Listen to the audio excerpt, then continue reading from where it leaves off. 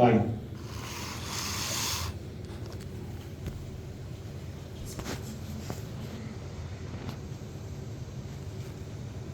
쿼터턴 백.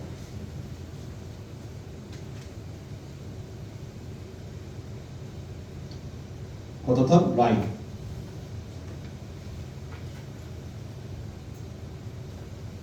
프론트 포지션. 규정 포즈 들어가겠습니다. 1번 프론트 더블 바이셉스.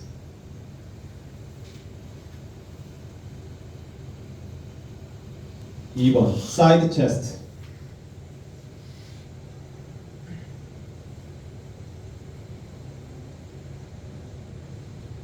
3번 백 더블 바이셉스.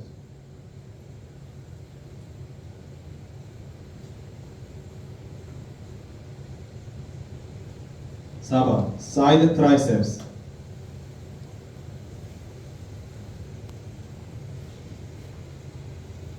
5번 백큐 포즈.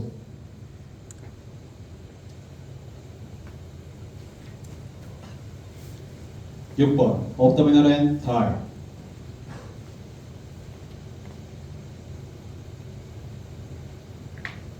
7번 클래식 포즈 애슬레틱 앤 초이스.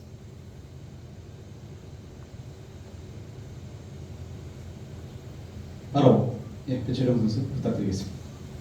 네, 이번 시간은 이제 클래식 피지크에 대해서 여러분한테 알려드리도록 하겠습니다. 먼저 클래식 피지크라는 종목이 어떻게 탄생했는지 간략하게 제가 설명을 해드릴게요. 요즘에 이제 현대 보디빌딩이 너무 사이즈 게임으로 가다 보니까 거의 모든 종목들이 다 커지기 시작을 했어요. 그래서 균형이라든지 심리적인 부분에서 이제 다 너무 사이즈 게임으로 가다 보니까 우리 이러면 안 된다. 그리고 약물 사용이 그만큼 너무 과해지니까 선수들한테도 건강에 안 좋고 이제 일반인들한테도 이미지가 이제 안 좋게 다가가니까 이제 그러한 것들을 타파하고 옛날로 돌아가자. 옛날에 과거에 1970년대, 80년대 이때 당시에 과거의 신비성을 중요시했던 이제 그때 당시에 바디빌딩을 다시 한번 살려보자. 이래서 나온 게 이제 클래식 피지크라는 종목이고요. 경기복 같은 경우에는 보디빌딩에서의 삼각 트렁크가 아닌 사각 트렁크 경기복을 입게 되고, 규정 포즈 같은 경우에는 펼치는 포즈가 빠져요. 보디빌딩이나 클래식 보디빌딩에서는 프론트 레스프레드랑 백 레스프레드가 있잖아요. 그 두 가지 포즈가 빠집니다. 그 두 가지 포즈가 빠지고 쿼터턴, 클래식 보디빌딩에서의 쿼터턴, 이거는 이제 앞에 이제 선생님이 설명을 하셨는데 동일하게 들어가고, 이제 제가 설명드릴 거는 이제 규정 포즈에서 쿼터턴을 제외한 피지크 포즈를 하나씩 잡으면서 설명을 드리도록 할게요. 자, 먼저 1번 포즈, 프론트 더블 바이셉스. 보디빌딩에서의 프론트 더블 바이셉스랑 다르게 클래식 피지크에서 프론트 더블 바이셉스는 한쪽 발을 옆으로 뺍니다. 양쪽을 동일하게 잡아하는 게 아니라 한쪽을 옆으로 빼고 하체에 힘을 주고 베큐um을 해서 배를 들이마시고 동일하게 프론트 더블 바이셉스를 하는 포즈가 되겠고, 자, 다음 2번. 클래식 피지크에서는 사이드 체스트가 2번입니다. 2번 사이드 체스트. 마찬가지로 앞에서 선생님께서 잘 설명을 해주셔서 그렇게 길게 설명을 안 할 건데, 말 그대로 보디빌딩이랑 동일하게 사이드 체스트 동일하게 잡아주시면 되고요. 자, 다음 백 더블 바이셉스.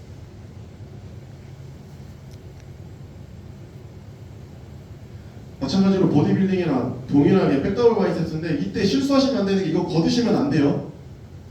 복장 규정 자체가 사각 트렁크이기 때문에 보디빌딩처럼 이제 보디빌딩 하시는 분들이 자기도 모르게 습관적으로 조금이라도 이 밑에를 보여줘야겠다는 생각에 이걸 들려고 하시는 분들이 있는데 절대 그러시면 안 됩니다.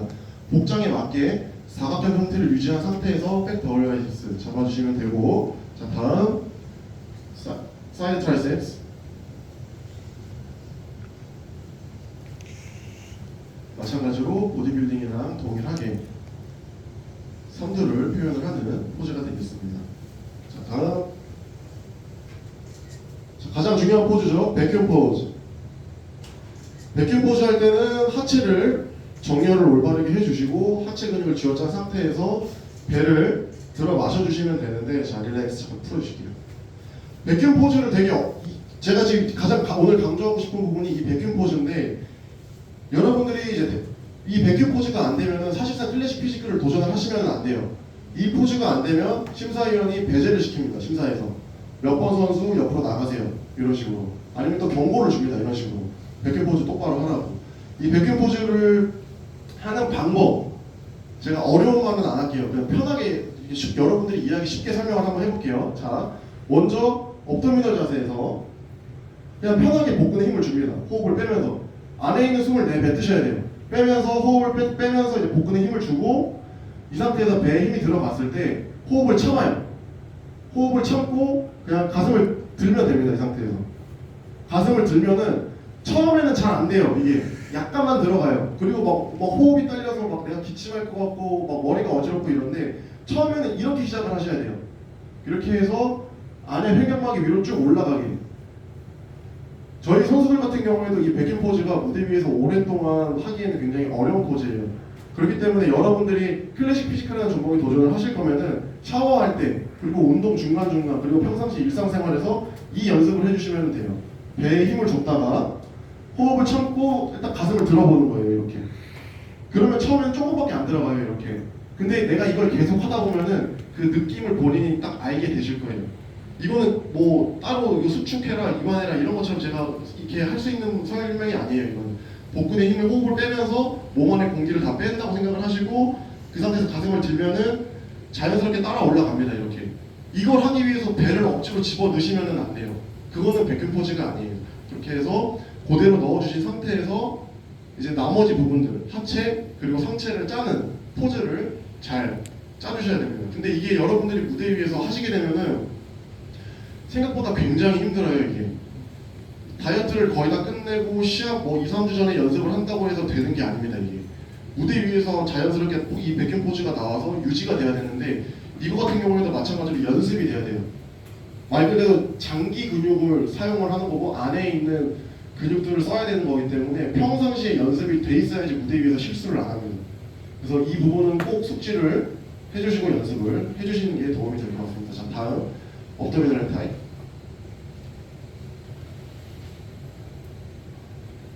마찬가지로 보디빌딩에서의 7번 포즈와 동일합니다. 자, 그리고 다음 클래식 포즈 에슬리 초이스. 자, 지금 보시는 클래식 포즈 오브 에슬리 초이스는 클래식 피지크 선수가 나타내고 싶은 클래식한 포즈를 골라서 해주시면 돼요. 지금 보시는 이 포즈가 규정 포즈는 아니에요. 클래식한 포즈 중 하나에 포함이 되는데 여러분들이 이 마지막 개인 자유 포즈를 취하실 때는 클래식 피지크의 특징인 백큐 포즈를 넣어서 포즈를 취해주시는 게 점수를 받는 데 있어서 큰 도움이 되니까 항상 백큐를 넣어주시면 되고요. 제가 이제 예를 들자면 굳이 이 포즈가 아니더라도 이런 식으로 이 상태에서 백큐 해주셔도 되고 이런 식으로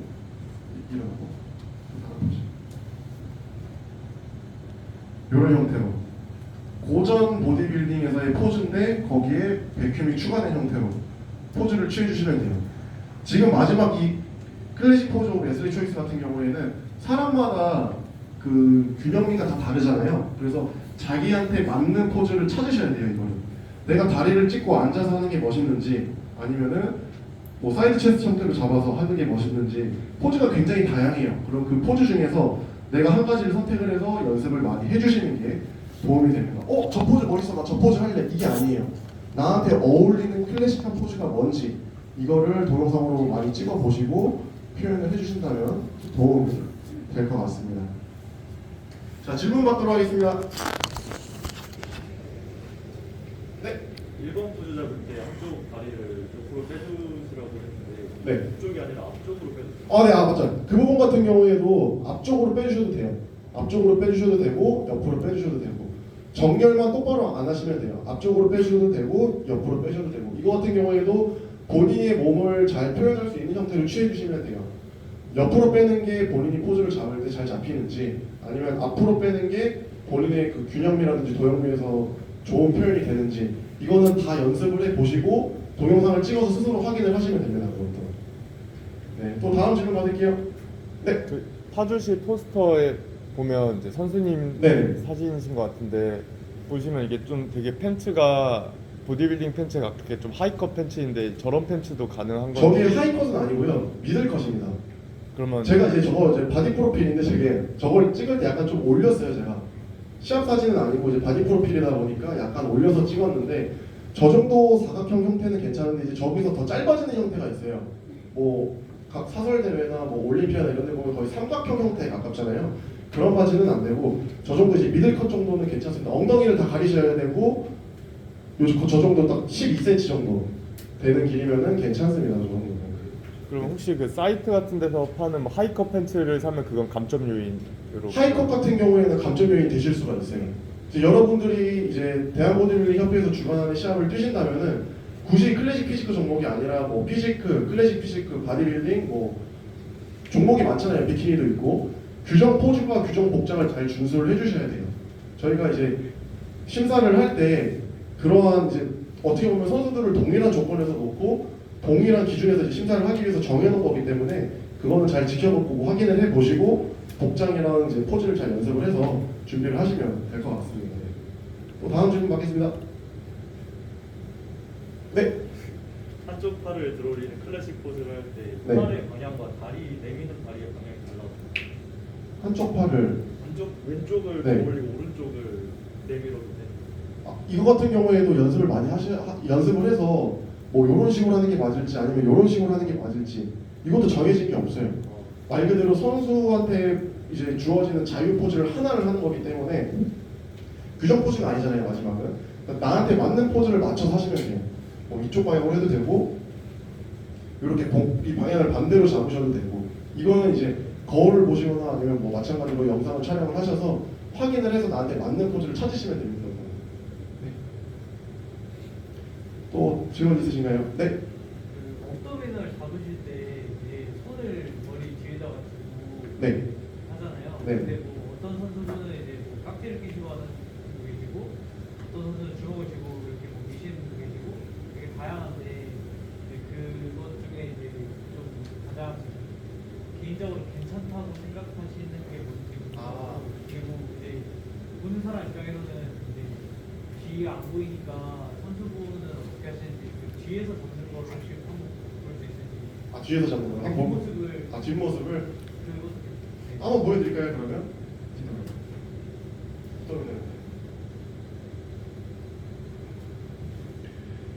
요거 같은 경우에도 딱히 정해진 거는 없어요. 본인이 표현을 잘 할 수 있는 걸 하면 되는데 이제 팔이 두껍거나 팔이 좀 두꺼우신 분들 같은 경우에는 이렇게 깍지를 껴도 상체가 좀 차 보이기 때문에 이렇게 깍지를 끼셔도 괜찮아요. 근데 내가 좀 팔이 얇아요.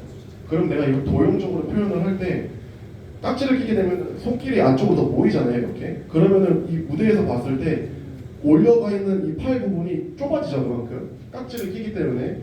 그럼 그럴 경우에 내가 그렇게 했을 때 몸이 뭔가 얇아 보인다고 하면은 주먹을 뒤통수에 대서 이걸 약간 벌려주시는 것도 도움이 됩니다. 이런 식으로. 그래서 시각적인 효과를 보는 거죠. 자기가 그래서 팔이 두껍다 그러면은 팔이 좋은 사람이다라고 하면은 여기 선생님처럼 깍지를 껴서 채워서 내가 복근을 잡는 게 편하면 그렇게 잡으셔도 되고 그게 아니라 내가 뭐 팔이 얇아서 이 공간이 너무 비어 보인다라고 하면은 그거를 이제 공작이 깃털 펼쳐서 자기가 커 보이게 하잖아요. 그거랑 마찬가지로 주먹을 이 머리 뒤에 움푹 패인 곳에다 대서 약간 커 보이게 부풀리는 느낌을 해주시면 되는 거죠. 네. 이거는 뭐 제가 앞에서 설명한 피지크에도 약간 비슷하게 적용이 돼요. 그래서 이제 제가 피지크에서 뭐 이런 팔 모양 같은 것도 말씀을 드린 거고. 네, 또 질문 있으신가요? 네. 그 심사 기준에서 지금 그랑프리 하신 선수님 같은 경우는 되게 쉐입적으로 되게 아름다우신데 만약에 쉐입이 조금 떨어지는데 컨디셔닝이 굉장히 좋은 분이 있고 컨디셔닝은 조금 떨어지는데 쉐입이 굉장히 좋은 분이 있을 때 어떤 거를 더 중점적으로 평가를 하시는지가 궁금합니다. 이게 지금 말씀하신 것만 놓고 봤을 때는 뭐 이게 더 좋다, 이게 더 우선이다라고 말씀을 제가 답을 못 드려요. 저는 이제 심사를 보는 사람이 아니잖아요. 근데 이제 그럴 경우에는 그 두 선수를 놓고 상대적으로 평가를 해야 되는 거예요. 정말 그 단어만 놓고 봤을 때는 누구를 주기에는 좀 애매해요.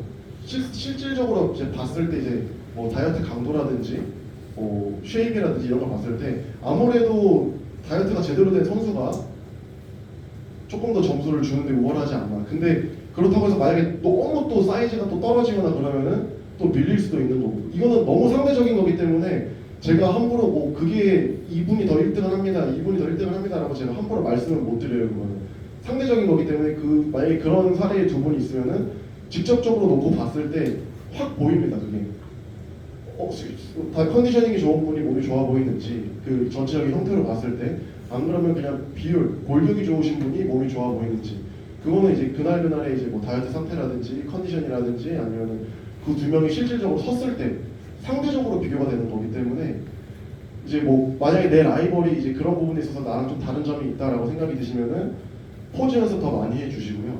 이제 뭐 평상시 하던 대로 그냥 연습 잘 하셔서 무대 올라가서 보여줄 수 있는 거 그냥 다 보여주는 게 낫지 않나. 저는 그렇게 생각을 합니다.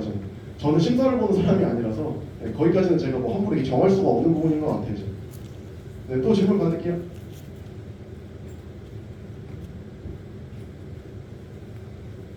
뭐 운동이나 뭐 영양이나 뭐 상관없는 것도 편하게 물어보셔도 되니까 네, 편하게 질문해 주시면 제가 이 자리에서 다 답변을 해드리도록 하겠습니다.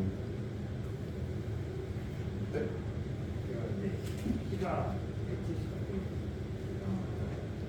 지금 70kg인데 179에 179에 몸무게가 70kg인데 179요? 그래서 지금 섭취량은 2,400 정도 하면서 몸무게가 빠지고 있어서 조절하지 않고 있는데 이제 안 빠지면 정체 구간에서 어느 정도 칼로리를 내리면서 가야 다이어트 하고 계신 거죠 지금?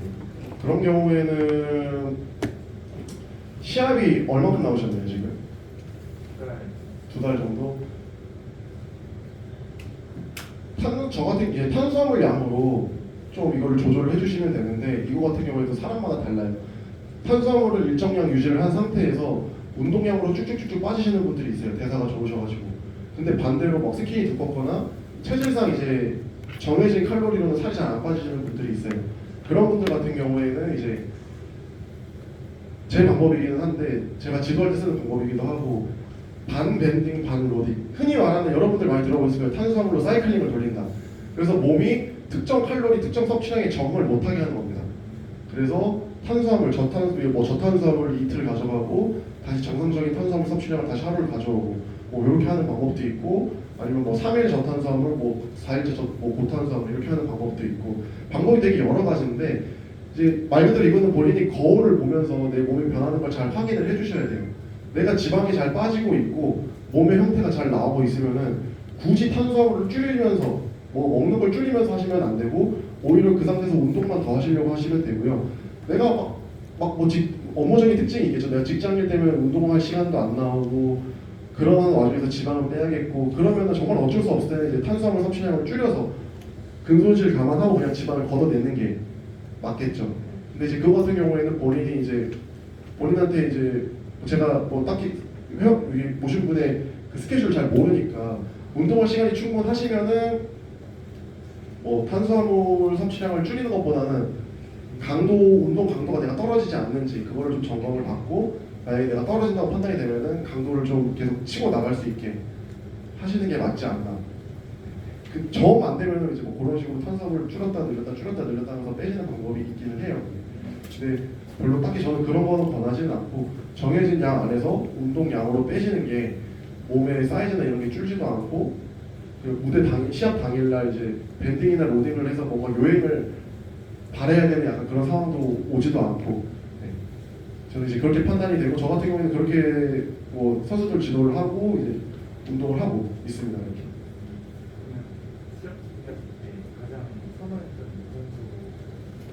가장 선호했던 유산소 같은 경우에는 저는 걷기를 많이 했고요. 걷기를 많이 했고 런닝머신에서 한 50분에서 1시간 정도 속도는 약간 빠른 거리로 걸었는데 이것도 사람마다 다 달라요. 유산소를 강도 있게 타야 되시는 분들이 있고 저 같은 경우에는 좀 되게 좀 부럽게 들릴 수도 있는데 살이 좀 잘 빠집니다. 저 같은 경우 평상시 그래서 체중을 올릴 때 이제 어려움을 겪는 체질이라서 이제 다이어트를 할 때는 이제 약간 막바지에 유산소를 좀 타는 편이에요. 최대한 이제 운동으로 해서 이제 잘 빠지니까 웨이트에 집중을 하고 거기에 맞게 저 같은 경우에는 오히려 더 먹으면서 뭐 소고기라든지 뭐 현미밥이라든지 쌀밥이라든지 이런 거를 그냥 오히려 잘 챙겨 먹으면서 웨이트로 이제 그걸 다 쓰려고 하는 편이죠. 그러면서 이제 다가오면서 유산소 양을 맞춰서 이제 들어가게 되는데 본인이 굳이 잘 빠지고 있는데 유산소를 해서 그걸 너무 또 과하게 뺄 필요는 없어요. 그러면은 사이즈도 많이 죽고 웨이트도 안 되고 그냥 쉽게 얘기해서 그냥 마른 상태에서 근육이 나오기 때문에 그걸 또 잘 판단을 해서 유산소를 하시면 되지 않나 싶습니다. 네. 또 질문 있으신가요? 네. 저 같은 경우에 인터벌은 따로 안 합니다. 이유 뭐 제가 뭐 이건 앞에서 설명한 거랑 똑같은데 예, 웨이트만 해도 저 같은 경우에는 이제 좀 이 체중이 금방 떨어지는 체질이다 보니까 딱히 인터벌은 진행을 하지 않고 그냥 일정한 속도로 그냥 걷는 유산소를 하고 있습니다. 저 같은 경우는.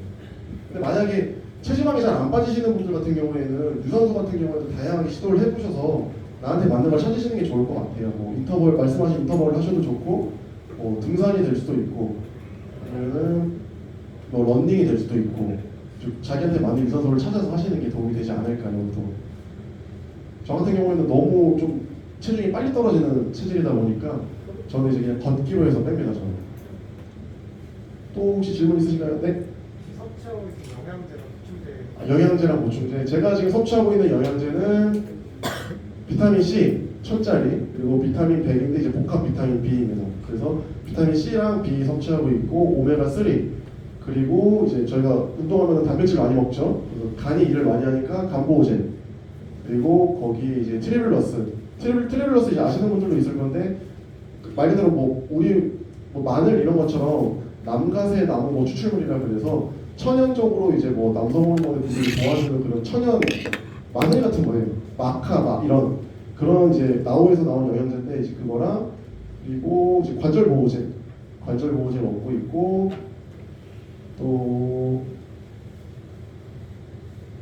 이제 부스터 같은 경우에는 이제 카페인이 안 들어간 부스터를 먹고 있는데 그 이유는 이제 다이어트를 진행을 하다 보면은 점점 힘들어지잖아요 몸이 시합 막바지로 갈수록 힘도 안 나고 그럼 그때 이제 대부분 선수들이 공감하실 텐데 카페인에 의존을 하시는데 카페인에 의존을 하다 보면 내성이 생겨서 섭취량을 계속 늘리셔야 돼요 이렇게 하루 권장량이 400이면 여러분들도 알고 계실 거예요 카페인 섭취량이 제가 이제 예전에 초보자 시절에 겪었던 실수 중 하나가 카페인을 800까지 먹은 적이 있어요 뭣도 모르고 힘드니까 밴딩하고 힘드니까 먹는 건 없는데 힘을 내야 되니까 카페인으로 버텼죠 그러다가 나타났던 부작용이 뭐였냐면은 카페인이 칼슘을 배출해요 몸에서 수분도 배출을 하고 그만큼 이제 뼈가 약해진다고 그러잖아요 그걸 겪었어요 실제로 이게 이 제 아랫팔뼈 쪽에 실금이 가가지고 시합 3주 전이었는데 첫 대회 준비할 때였는데 실금이 간 상태에서 이제 운동을 했던 기억이 나는데 그때를 되짚어 보니까 제가 아무리 생각해도 이유는 하나더라고요 카페인을 800 먹으면 제 잘못이지 않나